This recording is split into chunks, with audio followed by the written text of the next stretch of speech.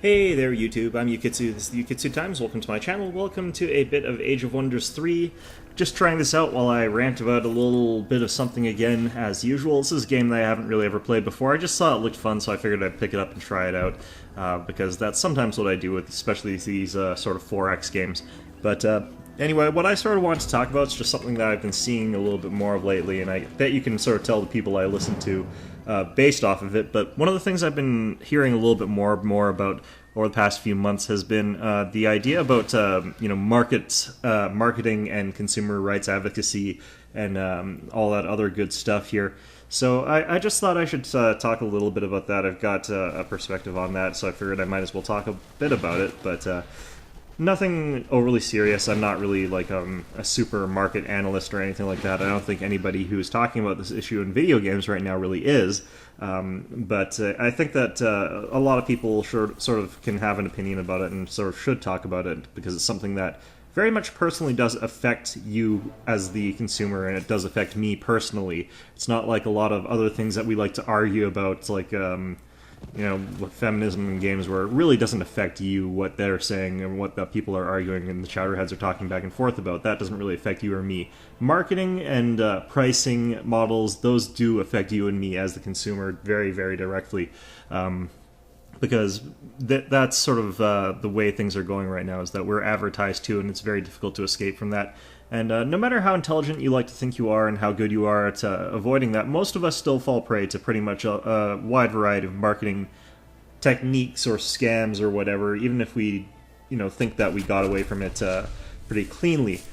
Now, what I've been hearing lately a lot is that these sort of predatory marketing policies and practices are wrong, and I'm going to give that is true. A lot of these sort of ways that people market products to us is fairly unethical, and it's fairly wrong, I suppose I could say, but I'm not sure I really would say that necessarily. Well, we'll just go with that. The way marketing is done is sort of evil, and it should be stopped. But on the other hand, I think that people have also been going a little bit too far in that they're saying that we shouldn't have to watch out for ourselves. We shouldn't have to carefully analyze things that we buy or that we put our money towards or what we put our money to. And that the companies should be the ones doing this, and that the video game companies really need to crack down on these sort of false information and false advertisements and all that other stuff. For example, like the practice of bull shots or whatever, as I think Penny Arcade coined the term. So we're in a situation where people are sort of advocating that, and I think that as nice as that would be, I think that people have sort of gotten away from that sort of idea of caveat emptor, which is let the buyer beware. And I think that people have, for a certain, I'm not even really certain why. It's not just video games where the buyer should be savvy, where the buyer needs to do their research. If I'm going to go buy a computer, I do have to do extensive research to figure out what computer parts work and what's going to work for me, because I can't really trust the chowderhead that's standing in front of me at the local computer parts store telling me that I should buy the most expensive piece, because that's what they're telling me rather consistently, in fact. And that's not true. That's not what I ended up needing, and I knew that because I did my homework and I was aware of what I needed to actually have. And this applies to everything that you shop for and everything that you buy. People who talk about the marketplace, need to look into sort of what is going into their food. They can't just pull things off the shelves. They can't just listen to the commercials or the ads. They can't just go to a car dealership and take at face value. The car that they're getting is what it is being advertised as. And all that sort of scummy marketing practice isn't going to go away. And there are two huge reasons why those things are never going to go away. For one, we actively promote companies that do that. As human beings, we have a very strong tendency to take what we view as very manipulative, scummy advertising directed towards us. And unless we're being told the underlying psychological conditions that are compelling us to make those purchases, we don't think of them as scummy. We only think of them as scummy when we actually are reflecting on it from a psychological perspective, which we don't do when we're buying things. So, for example, Sales are scummy behavior. Companies should not be putting things out in sale in the way they do, and this also goes back towards Steam. But if we are to actually talk about what a sale is them selling a product at what is profitable for them, typically, or it's a loss lead strategy, but we can talk about that as something else. But if someone's offering you something for 50% off, they're not actually taking a loss on that sale. They're still making money. What they've done is they've simply had the price so arbitrarily inflated beforehand. So let's say that there's a $60 title out there, and it's on Steam. And a Steam title doesn't actually need to be $60. It's $60 for a wide variety of reasons. Some of it actually beyond Steam's control, for example, non-competition clauses. But since they don't actually have to produce a physical copy or manufacture a physical copy, it's cheaper for them to distribute that than an actual physical copy would be to distribute, but it costs the same, or approximately the same. So when they run a deep discount, they're actually doing that so that you'll buy something that's at that lower price, as opposed to buying from, say, their competitor, which is, again, sort of that idea of deep discounting. But they're still actually making money. They're not actually losing out on any money. They should actually have been selling that title for $30 from the outset. Regardless of whether you think that degrades the value of games or not, selling it at the default of $30 when they don't have physical overhead would be something that makes sense in the marketplace. And I don't actually blame Steam for that part in particular, because again, if they did actually sell all the games for $30, GameStop or something could probably sue them for antitrust. But that aside, that's sort of the reality of it. Those marketing practices are not for our benefit, and we like to think that we made a good, smart purchasing decision when we supported a sale. In reality, what we are supporting is that sort of behavior where they have the dramatically inflated prices most of the time. We're promoting that behavior where they can get away with having something like 5 times the profit margin requirements on a price tag, and then they slash that in half and they still make a profit when they sell a lot more impulse buy copies, because people will think, well, I'd be stupid not to buy it now, and that's just how the marketplace sort of works. We promote that sort of behavior. We don't promote the company that has it at $30. And this is the other side of that coin. We don't promote good behavior in marketing from companies. So if a company decides that they are going to, grant us honest marketing and honest sales pitches and honest pricing models, we're going to punish that company incredibly heavily as the consumer. And I think that this is the number one reason why we're not going to see any real changes in the way marketing is done. And this isn't a new problem, and this isn't just a problem with video games. I think one of the most famous examples, and this is, again, you'll probably know where I spend my time on YouTube from this discussion, but I think one of the more famous examples of this was JCPenney, who remodeled their pricing structure and their marketing structure such that their prices were more transparent, so that they were actually selling things at the actual value cost instead of inflating the price and then bringing them back down for sales. And that actually got severely punished. Okay, people will not buy something that's worth $30 if it's not on sale, when they could go get something that's worth, air quotes, $60 and get it for half price. And that's because we as humans are programmed to look at savings rather than looking at value. So it doesn't matter that we're getting $30 value in both cases for $30 spent. We think that something is valuable if it has a higher price tag. And it doesn't matter what we're actually paying, and it doesn't matter what the actual utility or value or fun of the thing we're buying is. Something $60 that we can get for $30 sounds like a really good idea, even if it should only have been $30 in the first place. Whereas something that's being sold at $30 for $30, we think that we could do better. Even though, again, we're not looking at the inherent actual value of the product. So what happens is that people who are doing the actual honest marketing and the honest sales here, we punish them. We will actually just stop buying from them. And this is because humans, we go shopping and we get excited about things. We're emotionally invested in our purchases. We are not rational agents when we go out and buy things. And you can say that you are a rational purchaser and that you make informed decisions and you think about it, but you're not all the time. It's simply too much energy expended. It's too much effort. And that's why we do have these heuristics set up. It saves us time and it saves us effort. And for the most part, for example, like say another game on a Steam sale, if you see 90% off and it's only $1, well, you can rationalize that. You can rationalize that by saying, well, it's only $1. I can afford to lose that. And then you've spent like $100 on games that you'll never play that each cost $1 on Steam. I mean, it's not that we're actually thinking this through fully. It's that we're very prone to these sorts of marketing tricks and these sort of marketing tools. And when companies don't use them, they have trouble. They go out of business. Their stock falls dramatically, and they're forced to fire a large number of employees, very, very unfortunately.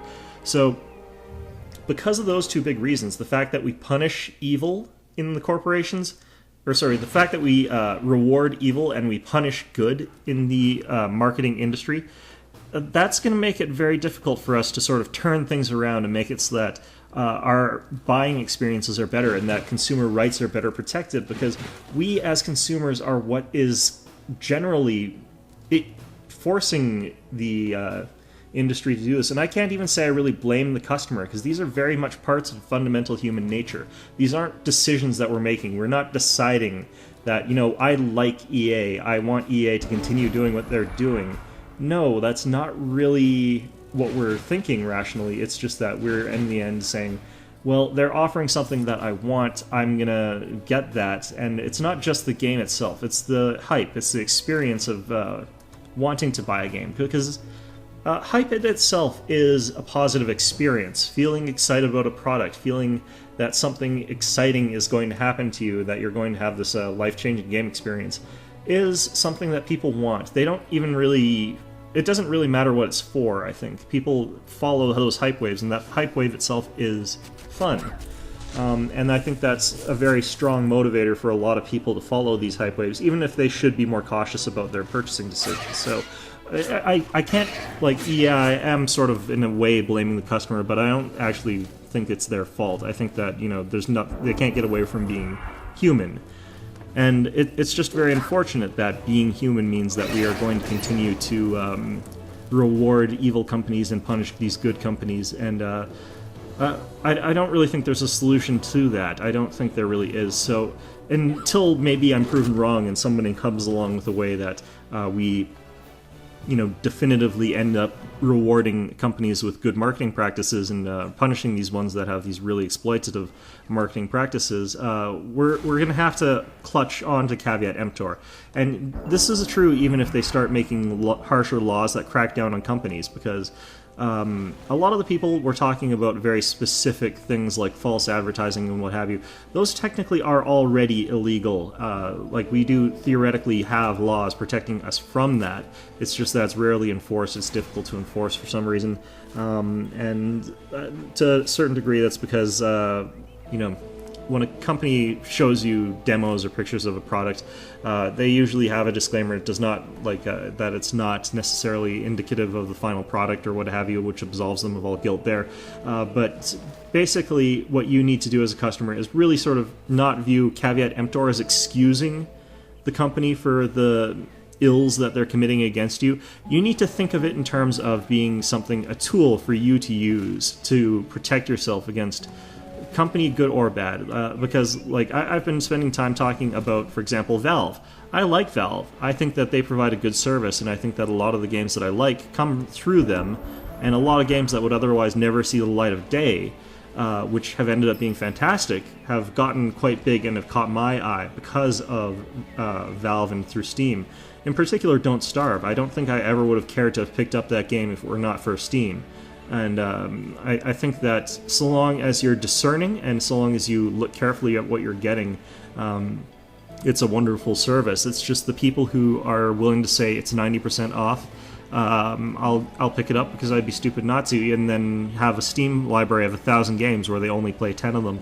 I think that so long as you're not falling into that category, it's a wonderful service. And even then, if you happen to just like having a large games library, having a collection is something that people can take pride in and have fun with, so even that I can't really condemn.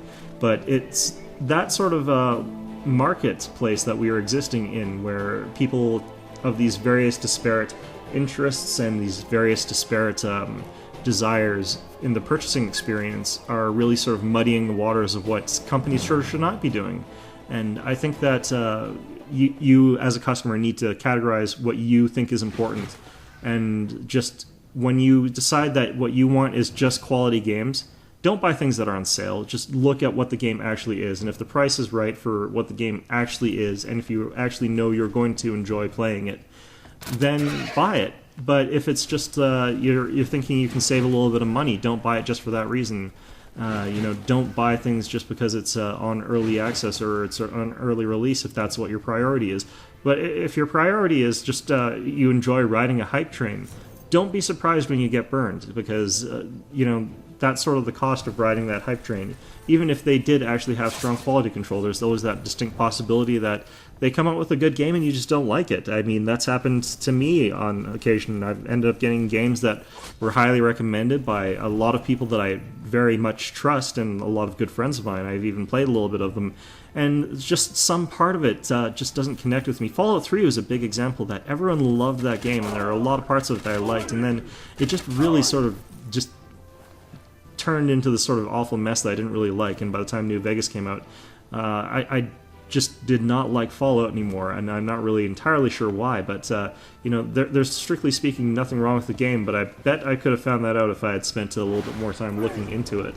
And I think that while I agree that all these big corporations need to really sort of get their act together and act in a better way, in a more appropriate way, I don't think that it's realistic that they will. And I think that you as the customer can't spend all your time blaming the companies for what's going on here. I think that's much more productive for you to, as the customer, figure out what you can do to protect yourself and to make it so that you yourself get the products that you want and avoid the products that you don't.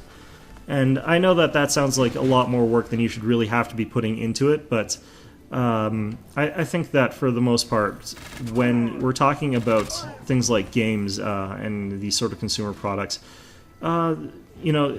either it's just a few dollars and you can afford to lose that, you can throw it into the ether and never see it come back, or you don't have that kind of money, and if you don't have that kind of money, then you should really be thinking hard about what you invest that $10 in.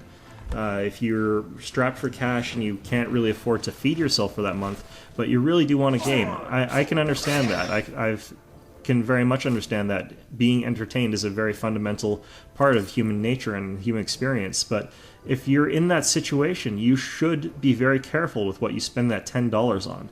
You should look at reviews. You should look exactly at what it is that they're offering and what they actually have and what other people are saying about it. Okay, so I think that while these predatory practices are wrong, there's nothing the companies can do about it to stop doing what they've been doing. I think that very much they've been sort of driven further and further into this corner. I don't think that it's going to stop at any time soon. I mean, you hear sort of the same people talking about things like how they're talking about monetizing whales now. Actually, that's a very old term. That's one that's been being thrown around in, for example, Vegas for quite some time now. And those sorts of ideas have not torpedoed the casino industry. They're still going strong, and they will be going strong for quite some time. And those consumer marketing practices have never actually really come around and bit the company from behind. I think that it's very misguided to hope that the company is going to get their comeuppance for it, because very likely they won't. These marketing techniques and these practices, maybe the product itself will torpedo at some point, but what's not going to falter is those marketing practices that we are spending a lot of time dismissing as evil or bad for the industry. Frankly, they've been around a lot longer than video games, and they will continue to be around a lot longer than video games will be. There will be some sort of time where we move on to, say, virtual reality or whatever. The same marketing techniques that have existed for hundreds of years will be applied to whatever that is. And, I don't think that we're going to be able to ever get out of that. Anyway, no, this was a slightly depressing topic, but I hope you found it interesting at any rate. It's just my perspective on this issue. There is actually a lot of market research, but there's also a lot of good psychological studies that you can find about sort of mental heuristics, decision-making process, and decision theory based on what we do and how we make decisions that I think is really interesting reading.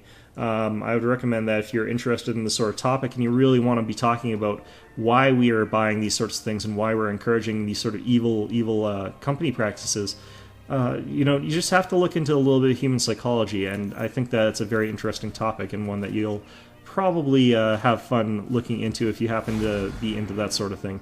But anyway, I hope you found this video informative, and as always, I hope to see you all next time.